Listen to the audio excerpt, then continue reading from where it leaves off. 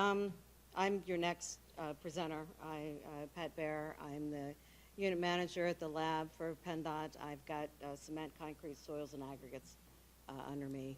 I am actually the department person that's in kind of the contact person for the PEM incentives and sit on the committee for the pooled fund study.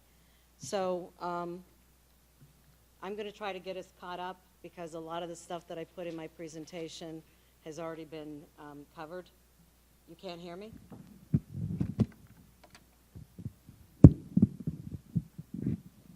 Better? Okay, sorry about that. As I was saying, I'm going to try to get us caught up. I know we're running a little bit behind here. A lot of the stuff that I've got in my presentation, we've already been covered, so I won't bore you with going over it again, because I know Dave and Jim were going to be covering it also. Basically, as stated before, PP 84 is the guidelines for this whole initiative, and these are the 7 things that are important that we feel that needs to be looked at to make sure that you get a durable concrete that's going to last. Again, we are part of the Transportation Pooled Fund study that is basically looking at and implementing the things that are in PP 84. So again, I'm not going to go over any of that because it's already been presented to you. Pilot project we did out in Allegheny County, SR 376, basically 5 miles of full depth reconstruction. Again, Dave will be going into a lot of details from the constructor side of things. Again, a huge thank you to Golden Triangle for stepping up and helping us out with this incentive. Something that you need to keep in mind with this too was that the testing that was done related to this to the PEM pilot project, or the pooled fund study, was done as shadow testing. So it didn't affect any of the acceptance criteria or anything to do with the contract. It was simply, the testing was done and we're gathering data up. So if we're looking for projects in the future to continue, this, I would really like to get some of the long life concrete pavement that's being put down in the next year or two. If we could get some of the contractors or districts to take some of the equipment that we have on hand and do shadow testing so that we can collect data and get used to the equipment and get a little bit familiar. I know we're all, old dogs, new tricks. It's sometimes, not real conducive to change. But I really think that the equipment that's out there right now is worth it. Basically on the pilot project, the things that we evaluated on the mix design was the rate of flexural strength out to 90 days, compressive strength development, again, out to 90 days, unrestrained volume change, the formation factor with the resistivity testing. And the resistivity testing that we did was with the ResiPod. It is something that we've been working with for a while, and I'm going to go over here in a little bit with some of our results, but it's looking very promising. Air content, we used the SAM meter and the pressure meter. We did the water cement ratio of less than 0.45, and we also calculated the volume of paste.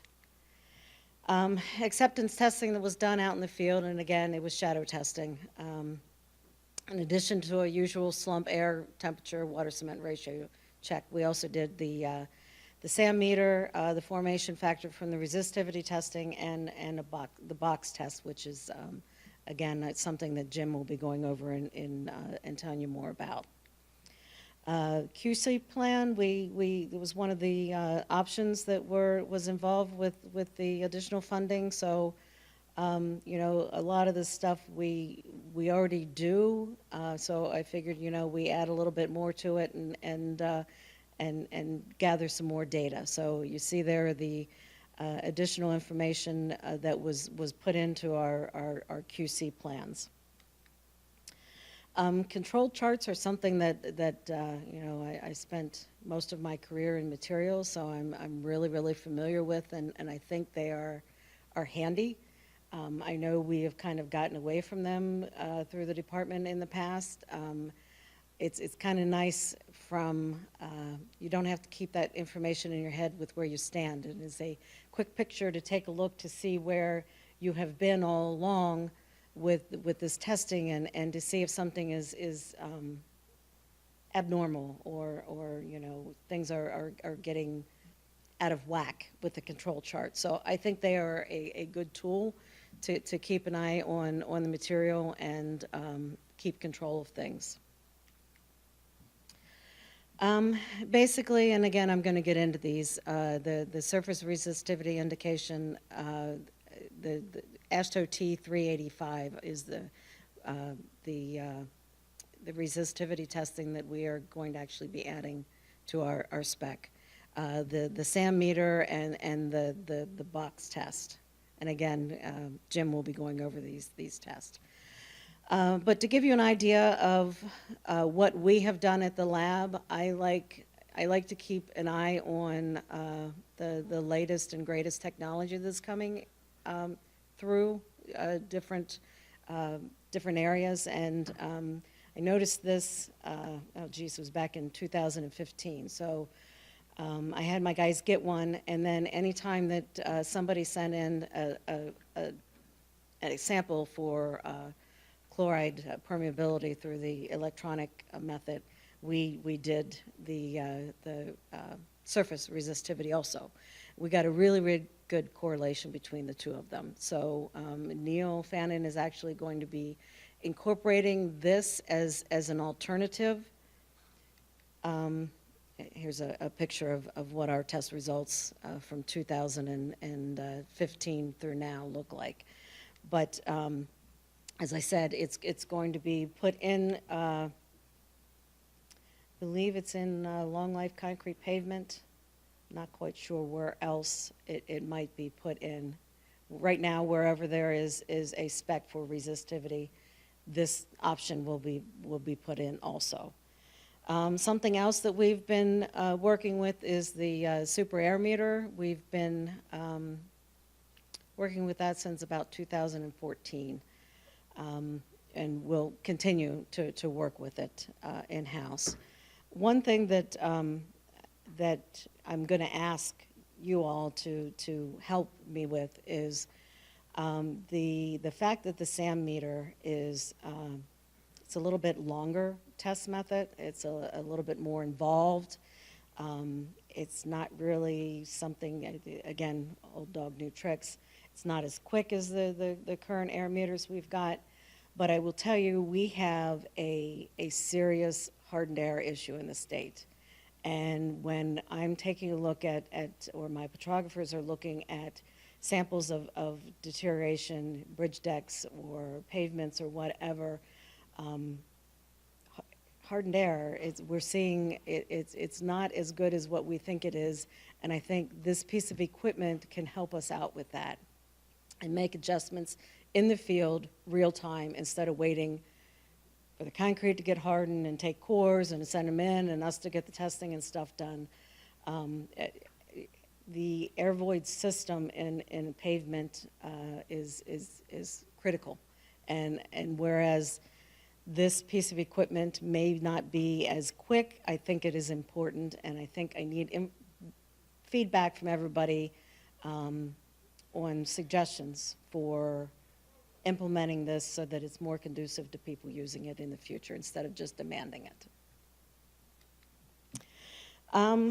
The box test was used on the pilot project. We will be, I've kind of given Seth the direction to get some of these put together.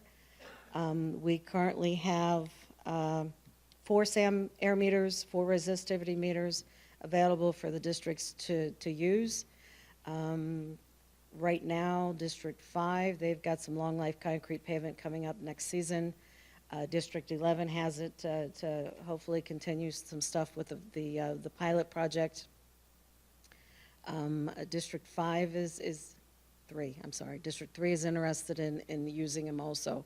So again, we have gotten, since I've gotten this piece of equipment, both of them, we've kind of gotten the districts involved, QA involved, structural materials involved, so that everybody gets a feel for them. But if your district has not used it yet, please let me know, and we will get it out to you so that you can get a better feel for it in the future.